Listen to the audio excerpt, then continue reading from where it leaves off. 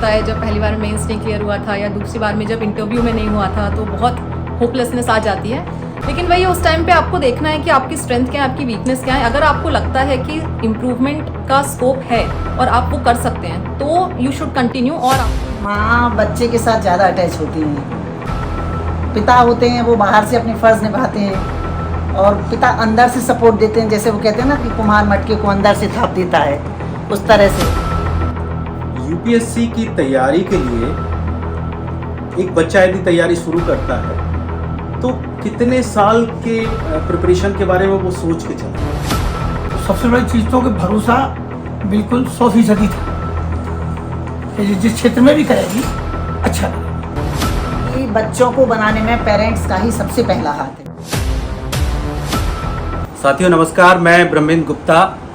आज हम बात करेंगे कृतिका नौगरिया जी से, जिन्होंने यूपीएससी 2024 में 400वीं रैंक लेकर ग्वालियर चंबल संभाग का और करेरा का नाम रोशन किया है। मैं अपनी बातचीत की शुरुआत करना चाहूँगा कृतिका जी से। आपका बहुत बहुत स्वागत, वंदन, अभिनंदन और बहुत बहुत शुभकामनाएं और बधाई। मैं ये जानना चाहूँगा कि कृतिका, तुमने यूपीएससी का जो एग्ज़ाम है देने का स्वप्न कब देखा? पहले मतलब मैंने सुना था कि ऐसा लोग बोलते हैं कि कलेक्टर बनना चाहिए, बट उस समय इतना आइडिया नहीं था। फिर जब मैं कॉलेज में थी तब मैंने जब देखे कि क्या क्या ऑप्शंस हो सकते हैं तो उसमें सबसे ज़्यादा मुझे इनवाइटिंग, सबसे ज़्यादा अट्रैक्टिव ये ऑप्शन लगा because of the service profile इसमें जो होती है, जो चैलेंजेस होते हैं, डाइवर्सिटी होती है, उस वजह से। अच्छा, तो आपने कब से ये तैयारी शुरू की? मैंने तैयारी 2021 में शुरू की थी क्योंकि 2020 में मेरा ग्रेजुएशन हुआ, लेकिन कोविड टाइम में गाइडेंस नहीं था, मैं घर पर थी तो उस समय उतना कुछ हो नहीं पाया। फिर 2021 में प्रॉपर्ली शुरू की थी। अपनी पढ़ाई के बारे में कुछ बताओगी? जी, मैंने स्कूलिंग यहाँ केंद्रीय विद्यालय आईटीबीपी करेरा से की है। उसके बाद मैंने आईईटी डीएवीवी इंदौर से कंप्यूटर इंजीनियरिंग में ग्रेजुएशन किया। अच्छा, हाँ।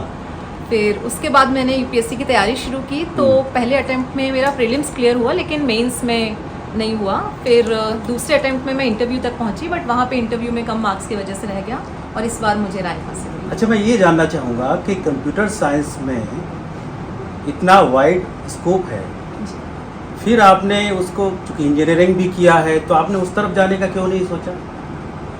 कंप्यूटर साइंस का जो स्कोप है वो बहुत वाइड है, यस, लेकिन मैं अगर उस फील्ड में जाती तो मैं किसी एक पार्ट पे ही काम कर पाती, किसी एक नीश पार्ट पे ही काम कर पाती। और सिविल सर्विसेज में मैं हर फील्ड में काम कर सकती हूँ। इनफैक्ट मैं अपनी कंप्यूटर की जो नॉलेज है, क्योंकि आजकल डिजिटल इंडिया है, हर चीज़ डिजिटल है, तो मैं उसको भी वहाँ अप्लाई कर सकती हूँ। तो एक बड़े लेवल पे इम्पैक्ट मैं सिविल सर्विसेज के थ्रू बना सकती हूँ। अच्छा, एक चीज़ बताओ, जैसा आपने कहा कि आपका ये थर्ड अटेम्प्ट, जी, तो पहले के 2 अटेम्प्ट्स आप उतने सफल नहीं हो पाए, जी। तो अपने आप को कैसे मोटिवेट रखा? मतलब आसपास वालों का भरोसा जो होता है वो सबसे बड़ी चीज़ होता है। तो पेरेंट्स का, भैया का और साथ वालों का, टीचर्स का, मेरे दोस्तों का, सभी का बहुत ज़्यादा साथ रहा। और फिर पहले अटेम्प्ट में मुझे पता था कि मेरी कहाँ गलतियाँ रहीं, उन पे इम्प्रूव किया। दूसरे में मेंस में मेरे अच्छे मार्क्स थे तो मुझे लगा कि नहीं, हो जाएगा, इंटरव्यू में बेटर करना है। तो उस वजह से पॉजिटिविटी आसपास रहती है तो सही रहता है, तो हो जाता है। अच्छा, आपके ऑप्शनल क्या रहे इसमें? मेरा ऑप्शनल एंथ्रोपोलॉजी था। अच्छा, एक चीज़ बताओ, जैसे कंप्यूटर साइंस से आपने ग्रेजुएशन किया, जी, तो एंथ्रोपोलॉजी का तो दूर दूर तक संबंध नहीं है, फिर? यूपीएससी में जो ऑप्शनल्स की लिस्ट होती है तो उसमें कंप्यूटर अभी तक कोई ऑप्शन है नहीं। तो फिर मैंने ह्यूमैनिटीज़ वाले ऑप्शंस देखे तो एंथ्रोपोलॉजी जो है उसमें ह्यूमन बींग्स के बारे में सब कुछ है। मतलब जहाँ से हम शुरू हुए, हमारा कैसे एवोल्यूशन हुआ, फिर हमारे कैसे कल्चर्स हैं, अलग अलग जो डाइवर्सिटी है, तो it's everything about human beings. तो वो मुझे बहुत ही इंटरेस्टिंग लगा कि बेसिकली हम खुद के ही बारे में पढ़ रहे हैं उसमें, तो इसलिए मैंने वो ऑप्शन लिया। अच्छा, आपकी जो पढ़ाई का तरीका था वो किस तरह का था? मतलब आपने कोचिंग ली या सेल्फ स्टडी करी? मैंने पहले ऑनलाइन कोचिंग ज्वाइन की थी कोविड टाइम में, लेकिन वो मुझे उतना फ्रूटफुल नहीं लगा था। फिर उसके बाद मैंने देखा कि किस सब्जेक्ट के कौन से टीचर का कोर्स अच्छा है, और आजकल बहुत सारे फ्री रिसोर्सेज भी अवेलेबल हैं, तो वो मैंने अलग अलग उसमें किया। ऑप्शनल के लिए अलग कोचिंग किया, फिर टेस्ट सीरीज़ किया, और उसके अलावा जो सेल्फ स्टडी होता है वो तो किया है। अच्छा, अपनी डेली रूटीन बताओगी किस तरह से? जैसे चूँकि आपका यह वीडियो बहुत सारे लोग देख रहे हैं, तो कुछ डेली रूटीन अपनी बताइए, कैसी आपकी रहती थी पढ़ाई के दौरान? मतलब मुझे खुद से शिकायत है कि मैं टाइम टेबल नहीं फॉलो कर पाती हूँ उतना तो ऐसा कुछ फिक्स नहीं था, लेकिन जब एग्ज़ाम पास में होते हैं, जैसे स्पेशली प्रीलिम्स और मेंस के बीच के जो 3 महीने होते हैं, उनमें बहुत डिसिप्लिन रहना होता है। जब एग्ज़ाम पास में नहीं होते तब पढ़ते रहना चाहिए, कंसिस्टेंट रहना चाहिए, लेकिन तब उतने घंटे नहीं होते थे। बाकी मैं लाइब्रेरी में जाके पढ़ती थी, तो सुबह कोशिश करती थी कि उठने के 1-2 घंटे के अंदर अंदर लाइब्रेरी पहुँच जाऊँ और फिर वहीं पे जितनी पढ़ाई हो। औसतन कितनी देर हम लोग पढ़ते थे पर डे? प्रीलिम्स और मेंस के बीच में तो ज़्यादा पढ़ना होता है, तो उसमें तो एटलीस्ट 8 से 10 घंटे। बाकी मतलब 6, 7, 8 घंटे जितना भी जिस दिन बने, मैं जितनी देर प्रोडक्टिविटी आई उतनी देर पढ़ती थी। और एकदम जब एग्ज़ाम नियर होता था तब कभी कभी 12 घंटे तक पुश करती थी, अदरवाइज बहुत ज़्यादा घंटे देने में मैं भरोसा नहीं रखती। अच्छा, मैं ये कहना चाहूँगा कि यूपीएससी का एग्ज़ाम है तो ऐसा लगता है जैसे कि सिलेबस इतना वास्ट है, बिल्कुल यानी जंगल टाइप का लगता है कि कितनी किताबों को पढ़ना पड़ेगा। तो इस बारे में आप क्या कहना चाहेंगे? आपने कितनी किताबें आपने अध्ययन करी? मतलब सिलेबस तो वास्ट है, कहते हैं कि UPSC is everything under the sun, but अगर हम टेक्निकली देखें तो ऐसा होता नहीं है। बहुत सारे लोगों ने अच्छे से सिलेबस ब्रेक डाउन करके रखा है, स्टैंडर्ड बुक्स हैं, तो स्टैंडर्ड बुक्स का कोई ऑल्टरनेटिव नहीं है। उसके अलावा स्मार्ट स्टडी करनी चाहिए। मतलब मैंने बहुत ज़्यादा बुक्स नहीं पढ़ी, बट वही है कि जो आपको जहाँ से भी जिस मिल रहा है, अगर किसी टॉपर के नोट्स बहुत अच्छे हैं, जैसे एंथ्रोपोलॉजी मेरा जो ऑप्शनल है उसमें मैंने कई सारे टॉपर्स के नोट्स फॉलो किए जिन्होंने स्टैंडर्ड बुक्स पढ़ी थी और उन्होंने उससे नोट्स बनाए थे। तो इस तरीके से थोड़ा सा ऑप्टिमाइज करके, बाकी इतना डरते हैं लोग यूपीएससी का सिलेबस सुन के, बट हम जब उसको माइक्रो लेवल पे देखते हैं तो उतना डरावना नहीं है। मतलब भटके नहीं, फोकस्ड रहेंगे तो ये हो सकती है। अच्छा, एक चीज़ और मैं जानना चाहूँगा कि चूंकि यूपीएससी के जो एस्पिरेंट्स हैं बहुत ज़्यादा है, भारत की प्रेस्टिजियस एग्ज़ाम है, हम सब जानते हैं कि भारत में सबसे उच्च पद यदि कोई चाहिए तो यूपीएससी एग्ज़ाम को ही क्रैक करना पड़ेगा। इसमें सक्सेस रेशियो बहुत कम है। फिर आपको किसी मोड़ पे नहीं लगा कि होगा कि नहीं होगा? ये तो बिल्कुल लगता है, हर बार लगता है। जब पहली बार मेंस नहीं क्लियर हुआ था या दूसरी बार में जब इंटरव्यू में नहीं हुआ था तो बहुत होपलेसनेस आ जाती है। लेकिन वही उस टाइम पे आपको देखना है कि आपकी स्ट्रेंथ क्या है, आपकी वीकनेस क्या है। अगर आपको लगता है कि इम्प्रूवमेंट का स्कोप है और आप वो कर सकते हैं तो यू शुड कंटिन्यू, और आपके पास रिसोर्सेज हैं, आपके पास सपोर्ट है, फाइनेंशियल, इमोशनल। अदरवाइज दूसरी भी बहुत सारी सर्विसेज हैं, बहुत सारे ऑप्शंस हैं, प्राइवेट सेक्टर में बहुत अच्छे अच्छे ऑप्शंस हैं। तो UPSC is not the only thing जिससे आप कुछ कर सकते हो। किसी भी फील्ड में जाके हम सर्विस तो कर सकते हैं। अच्छा, एक चीज़ बताइए कि जैसे चूंकि आप तो कंप्यूटर साइंस में इंजीनियर हैं तो आपके पास एक अल्टरनेट करियर था जी, तो लोगों को क्या कोई अल्टरनेट करियर के बारे में सोच के रखना चाहिए यूपीएससी की जब प्रिपरेशन कर रहे हैं, या बिल्कुल सोल फोकस करना चाहिए कि नहीं मैं तो यूपीएससी ही क्रैक करूँगा?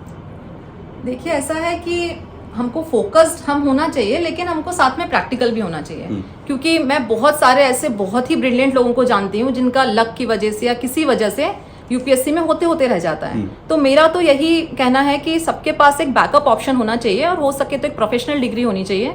अगर आप जब भी यूपीएससी से एग्जिट लेना चाहें तो एटलीस्ट आपके पास कोई जॉब हो करने को, और आपको मजबूरी में यूपीएससी में ना रहना पड़े।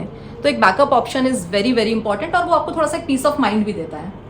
अच्छा, एक चीज़ बताइए, यूपीएससी की तैयारी के लिए एक बच्चा यदि तैयारी शुरू करता है तो कितने साल के प्रिपरेशन के बारे में वो सोच के चले, एक अंदाजा?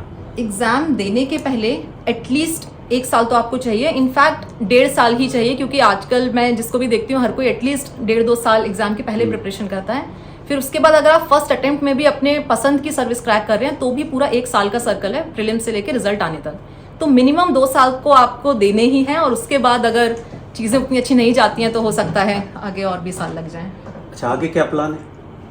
अभी तो मैं एक बार और एग्ज़ाम दूंगी रैंक इम्प्रूवमेंट के लिए और बेहतर सर्विस के लिए, और उसके अलावा ये जो अभी मुझे सर्विस मिलेगी उसको मैं एक्सेप्ट करूंगी। जो ये इंटरव्यू देख रहे हैं उन प्रतिभागियों के लिए आप क्या संदेश देना चाहेंगे? अगर आप यूपीएससी या किसी और कॉम्पिटिटिव एग्ज़ाम की तैयारी कर रहे हैं तो पहली बात तो ये है कि कोई स्ट्रैटेजी श्योर शॉट नहीं होती है। हर बार टॉपर्स बोलते हैं कि ये स्ट्रैटेजी, आपको अपनी स्ट्रैटेजी बनानी होती है, आपकी अपनी स्ट्रेंथ, आपकी अपनी वीकनेस के हिसाब से। और जो फोमो आजकल हो गया है बहुत ज़्यादा, फियर ऑफ मिसिंग आउट, उसमें हमको नहीं फंसना है, हमको मिसगाइड नहीं होना है, और बाकी खुद पे भरोसा रखिए, बी कंसिस्टेंट, तो हो जाएगा। अच्छा, एक चीज़ मैं भूल गया था पूछना कि कोचिंग्स का कितना इम्पोर्टेंस है, हमें लेना चाहिए कोचिंग या नहीं लेना चाहिए? देखिए, ऐसा कुछ जीएस में ऐसा कोई सब्जेक्ट नहीं है जो आप बिना कोचिंग के नहीं पढ़ सकते, लेकिन कोचिंग से चीज़ें स्पीड अप हो जाती हैं। तो अगर सपोज आप खुद से पढ़ने में वो चीज़ में मे बी 2 साल लगाए, कोचिंग हो सकता है उसको 1 साल में कर दे, लेकिन कभी भी हमको ब्लाइंडली कोचिंग पे भी भरोसा नहीं करना चाहिए। जहाँ हमको लग रहा है कि हमको गेन मिल रहा है वहाँ कीजिए, कोचिंग में ऐसी कोई बुराई नहीं है जैसा कई बार बनाया जाता है, और जहाँ आपको लगता है कि आप खुद से कर सकते हैं तो वहाँ खुद से कीजिए। It should be a mix of both. खुद के नोट्स बनाना चाहिए? मैंने अपने ऑप्शनल के लिए पहले अटेम्प्ट में खुद के नोट्स नहीं बनाए थे, जिसका मुझे भुगतना पड़ा था, मेरे कम नंबर आए थे, तो उसके बाद मैंने कोशिश की बनाने की। तो जहाँ तक हो सकता है खुद के नोट्स होने चाहिए, ऑल्दो मेरे पास हर सब्जेक्ट के खुद के नोट्स नहीं हैं, सिर्फ जिस सब्जेक्ट में मुझे इशू लगे उसमें ही मेरे नोट्स हैं, बट इफ़ यू कैन तो डेफिनेटली बनाने चाहिए। अब मैं आपके पापा जी से पूछना चाहूँगा, आइए प्लीज। आपको मैं बहुत बहुत बधाई देना चाहूँगा कि कृतिका बिटिया ने एक बहुत ही गौरवान्वित पोजीशन हासिल की है यूपीएससी में, और इतने प्रेस्टिजियस एग्ज़ाम में हमारे ग्वालियर चंबल संभाग को और विशेष करके हमारे करेरा को गौरवान्वित किया है। आप कैसा महसूस कर रहे हैं? अच्छा महसूस कर रहे हैं। ऐसा लग रहा है कि बिल्कुल ईश्वर ने अच्छी कृपा की है। जी। अच्छा, मैं एक चीज़ जानना चाहूँगा, जैसे कि उसको तीसरे अटेम्प्ट में सफलता मिली, तो अक्सर ये होता है कि पेरेंट्स अंदर से बच्चे को कमज़ोर कर देते। जब बच्ची 2 बार असफल हुई तब आपको कैसे आपने उसको मोटिवेट किया? नहीं, हमने तो पक्का था कि भाई निकलना है, तेरे को पढ़ना है अच्छे से, तो हमें भरोसा था कि ये जो भी हाथ में लेगी काम उसको पूरा करेगी। मतलब पूरी तरह से भरोसा था, 100%। हमेशा से ब्रिलियंट हमेशा स्टूडेंट से। रही है, बिल्कुल सही है। और स्टूडेंट नहीं माने वो हर क्षेत्र में प्रूव करने की उसमें क्षमता है। और भविष्य में वो और एग्ज़ाम्स देना चाह रही है। अच्छा, जैसे अक्सर हम लोग ग्रामीण परिवेश से हैं, हम लोग ये सोचते हैं कि लड़की को ग्रेजुएशन करा दिया और मान लो वो सफल नहीं हो रही है, तो आपके मन में कभी आया कि अब तो इसकी शादी कर देना चाहिए? ऐसा कुछ नहीं आया। और ग्रामीण परिवेश से तो हैं, लेकिन हमको हमेशा ये लगता था कि आजकल शादियों की उम्र थोड़ी सी बढ़ गई है, तो पूरा समय था, अभी जैसे 26 की होगी जी, तो आगे भी समय है। आज अपन अपने समाज की भी बात करें तो समाज में ये शादियाँ नॉर्मल 28-30 में हो रही हैं। और सबसे बड़ी चीज़ तो कि भरोसा बिल्कुल 100% था कि जिस क्षेत्र में भी करेगी अच्छा करेगी। बहुत बढ़िया। और कुछ पेरेंट्स के लिए कहना चाहेंगे, क्योंकि यूपीएससी जैसे एग्ज़ाम इतनी कठिन एग्ज़ाम, भारत की सबसे कठिन एग्ज़ाम्स में से एक है, और उसमें पेरेंट्स की भूमिका मुझे लगता है बहुत ज़्यादा महत्वपूर्ण है। आप हमारे पेरेंट्स के लिए कुछ कहना चाहेंगे? सब पेरेंट्स बच्चों पे भरोसा करें, और बच्चे जिस क्षेत्र में भी जाना चाहें उस क्षेत्र में उनको बिल्कुल नहीं रोकें। और हमारे यहाँ तो विशेषकर इसकी माँ की भूमिका। आपको बहुत बहुत बधाई हो। कृतिका की इस सफलता पर आप कैसा महसूस कर रहे हैं? जैसा एक माँ को करना चाहिए। जैसा कि भाई साहब ने कहा कि उनके साथ साथ आपकी बहुत बड़ी भूमिका है। ऑब्वियस सी बात है कि माँ बच्चे के साथ ज़्यादा अटैच होती हैं। पिता होते हैं वो बाहर से अपने फ़र्ज़ निभाते हैं, और पिता अंदर से सपोर्ट देते हैं, जैसे वो कहते हैं ना कि कुम्हार मटके को अंदर से थाप देता है, उस तरह से। और माँ को बाहर का परिवेश का भी देखना पड़ता है और भीतरी भी देखना पड़ता है। आपके बारे में जैसा मैंने सुना है, आप समाज सेवा का काम करती हैं, तो इस तरह से कैसे संतुलन आप बनाती होंगी पेरेंटिंग में? वैसे हमें कभी भी कोई परेशानी नहीं हुई, क्योंकि हमारे फैमिली में हमारे हस्बैंड से भी पूरा हमें सपोर्ट रहा, और हमने कभी भी कोई भी बाहर काम करने से पहले घर को डिस्टर्ब नहीं किया, इसलिए दोनों का बैलेंस रहा, तो कभी कोई दिक्कत नहीं आई।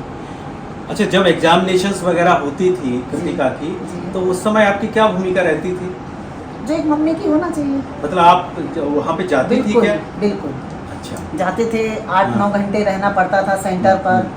तो सुबह से नाश्ता का 6-7 छोटे छोटे से आइटम, हल्के फुल्के, जो ये डाइजेस्ट कर सके और एग्जाम में एनर्जी भी मिले, ऐसा कुछ ले जाते थे। फूड पैकेट्स खुद बनाकर, रेडीमेड कुछ नहीं खिलाते थे। अच्छा। हाँ, खुद बनाते थे। और थोड़ा थोड़ा उसको कभी कोई ऐसा पल आया जब कृतिका डिमोटिवेट हुई हो?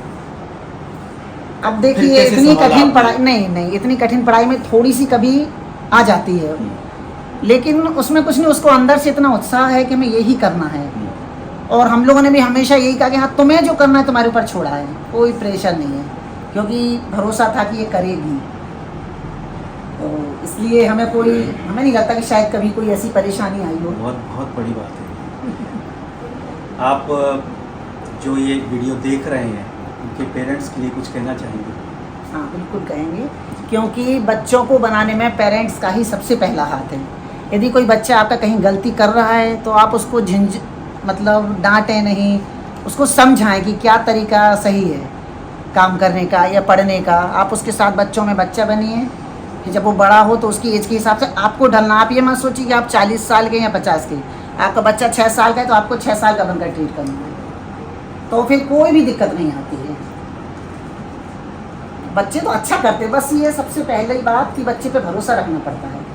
उनको पीछे से ध्यान भी रखो कि कहीं गलत रास्ते पर तो नहीं जा रहे, लेकिन उनके ऊपर छोड़ना पड़ेगा आपको। और ये भरोसा काफ़ी लंबे समय तक रखना पड़ता है। जी, हमेशा के लिए रखना पड़ता है। और फिर ये बात भी है कि बच्चों को डिस्टर्ब नहीं करना चाहिए।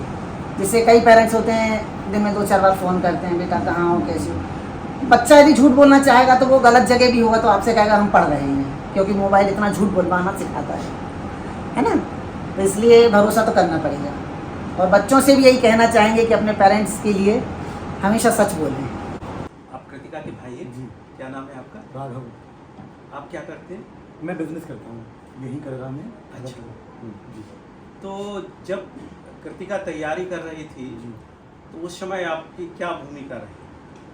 केवल मेंटल सपोर्ट हम लोग दे सकते थे, उससे ज़्यादा हम कुछ कर नहीं सकते थे। हम उसको पूछते रहते थे, उसको किसी चीज़ की ज़रूरत हो या ऐसी कभी ज़रूरत हो कि वो कमज़ोर महसूस कर रही हो तो मम्मी को वहाँ भेजना हो, ये सारी बातें उससे करते थे और रेगुलर टच में रहते थे। मतलब हम भाई बहन से ज़्यादा दोस्त थे पहले। अच्छा, आपने क्या पढ़ाई की है? मैंने MSc कर रखा हॉर्टिकल्चर से, एग्रीकल्चर डिपार्टमेंट में। तो आपकी क्या हॉर्टिकल्चर एंथ्रोपोलॉजी में भी कोई काम आई? नहीं, एंथ्रोपोलॉजी में हॉर्टिकल्चर कोई काम नहीं आई, क्योंकि मैंने बहुत बेसिक पढ़ाई की। और एंथ्रोपोलॉजी में जो ये पढ़ रही थी वो उससे कहीं ह्यूमन ऊपर था। ह्यूमन है एंथ्रोपोलॉजी में, और जी। ये आप चूंकि प्लांट पेड़ पौधों के ब्रीडिंग, बारे जी। में बात करते हैं। और क्या कहना चाहेंगे आप जिनके छोटे भाई बहन तैयारी कर रहे हैं? बस मैं यही कहना चाहूँगा कि अपने छोटे भाई बहनों को हमेशा मोटिवेट करना चाहिए। कभी भी किसी पॉइंट पे उनको रोको मत। फेलियर्स जीवन में सबके आते हैं, ऐसा नहीं कोई कभी फेल नहीं होता। मतलब मैं समझता हूँ कि 100% लोग फेलियर देखते ही हैं, उसके बाद ही आगे बढ़ते हैं। तो इसलिए कभी भी निराश नहीं होना है, लगातार आगे बढ़ते जाना है। अच्छा, आपको लगता है कि किसी भी सफलता के लिए जो फैमिली का मोटिवेशन है वो सबसे बड़ी चीज़ है? जी, फैमिली का मोटिवेशन सबसे बड़ी चीज़ है, क्योंकि फैमिली ही आपको एक मेंटल पीस प्रोवाइड करती है। जब आप मेंटल पीस आपके पास होगा, उसके बाद ही आप किसी पर फोकस कर पाएंगे, और फोकस चीज़ से ही आपको रिजल्ट पॉजिटिव मिलते हैं हमेशा। मैं आपको आपके सुखद भविष्य के लिए बहुत बहुत शुभकामनाएं देता हूं, और मैं ये चाहता हूं कि आप प्रॉपर IAS बने, और मैं एक बार फिर से आपका इंटरव्यू लूं। मेरी आपको बहुत बहुत शुभकामनाएं। मैं जो भी लोग UPSC के एग्ज़ाम दे रहे हैं उन सबको ये कहना चाहूँगा कि कृतिका की सफलता हमें बहुत प्रेरित कर रही है, और करेरा जैसी छोटी जगह पर रह करके और UPSC क्रैक करने का स्वप्न देखना एक बहुत बड़ी बात है, और उसने न केवल स्वप्न देखा बल्कि उसको साकार भी किया है। मेरी बहुत बहुत शुभकामनाएं कृतिका और उनके परिवार के लिए। मैंने किताब लिखी है, आप इसको पढ़िएगा। बिल्कुल बिल्कुल, मैं इसको पढ़ूंगी और होपफुली आपसे कभी डिस्कस हाँ, करूंगी। 100%।